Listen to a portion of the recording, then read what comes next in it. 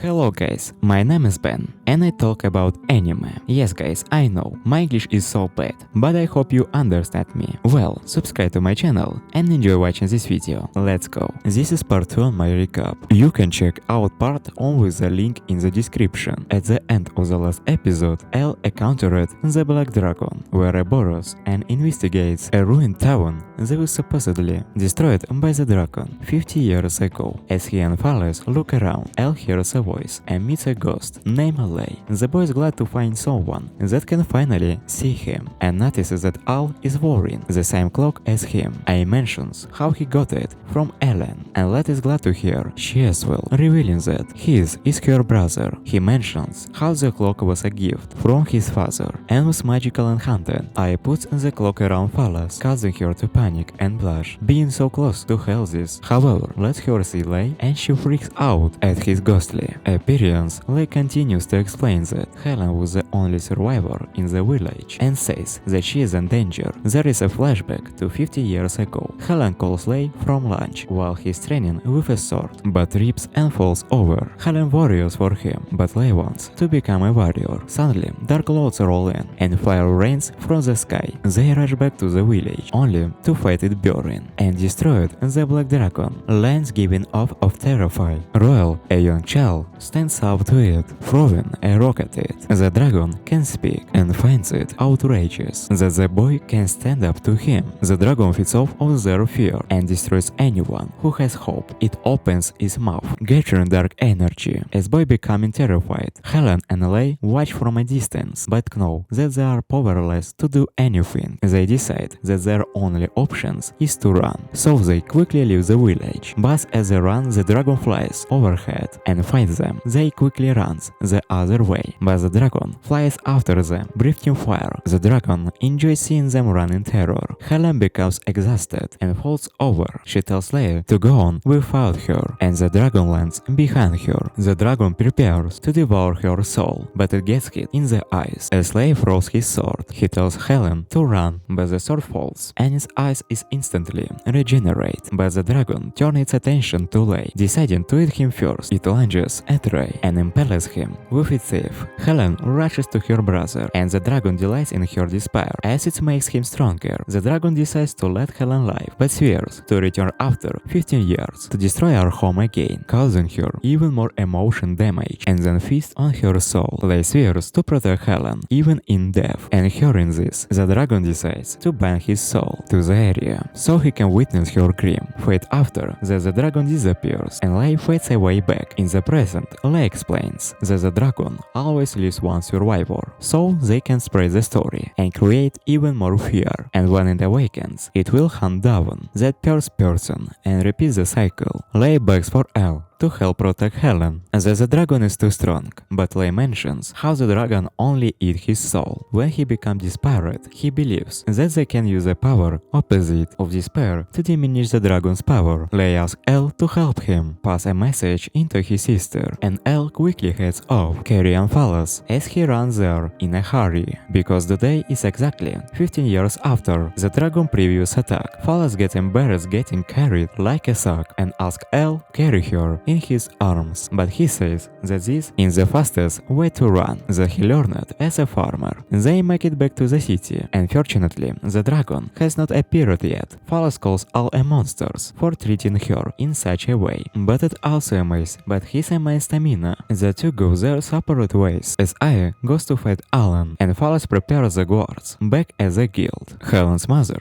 goes to check up on her, but finds that she is missing from her room. Helen looks alone in the forest, and soon the Black Dragon appears before her. It greets her after 15 years, and Helen's lost memories begins to return. She remembers that it was her fault that her brother died. The dragon reminds her how her brother would have gotten away if not for her. It says that because of her, all the people in the city will soon die. Helen begs for it not to attack the city, even offering her own life, but the dragon has no intention of letting anyone live. Helen despairs and prepares to end her life, but Elle makes it to her just in time and stops her. Helen comes to her senses, but the dragon attacks on, knocking him away. I manages to survive. Thanks to his cloak protection, the dragon is shocked. A human could survive his attack, but Elle says he's not just a human, he's a farmer. Helen tells him to run away, but A charges at the dragon, punching it in his face. Elle tells Helen not to worry, as the dragon is surprised a human was able to hurt him. The dragon wants to see Elle fall onto despair, and the two begins to fight. The dragon charges at him, attacking with its claw, and Elle struggles to defeat himself. Elle lands another punch, but the dragon unleashes its devastating flame into him. Helen knocks it away, and Alan tells him to leave her, not waiting any more people to die, and because of her. But Elle tells her that it's not her fault. He tells her how he met her brother. Her brother knew she will blame herself when she regained her memories. So he told Elle to tell her that he doesn't blame her for his death. He is proud that he protected his sister and tells her to lie happily for the both of them. Elle gives her hope, and the dragon power begins to diminish. The dragon curses at all and dives at them, but Elle is able to overcome the weakened dragon, defeating it with a punch. Elle is finally able to relax, and Helen asks if he is okay, but as she approaches him, Elle gets stabbed by her, leaving him confused. He sees Helen. As she looks up, a menacing smile on her face. But that's where this video ends. Remember to like and subscribe so you don't miss the next video. Thanks for watching and see you